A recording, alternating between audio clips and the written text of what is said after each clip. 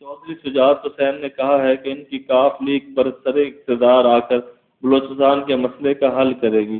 برسر اقتدار آنے سے کیا مطلب؟ وہ تو اب بھی برسر اقتدار ہیں۔ کچھ لوگوں کا یہ خیال ہے کہ کاف لیگ حکومت کی پارٹنر ہے۔ شجاعت نے چند ہی روز پہلے یہ کہہ کر مسترد کیا کہ ہمارے حکومت کے حامی ہونے کا کیا مطلب، ہم خود حکومت ہیں۔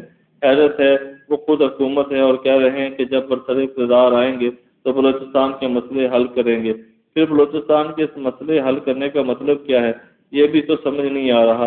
بہرحال یاد آیا موجودہ دور سے پہلے بھی وہ اور ان کی جماعت حکومت کر چکی ہے اور اسی دور میں اس نے بلوچستان کا ایک مسئلہ حل کر دیا تھا۔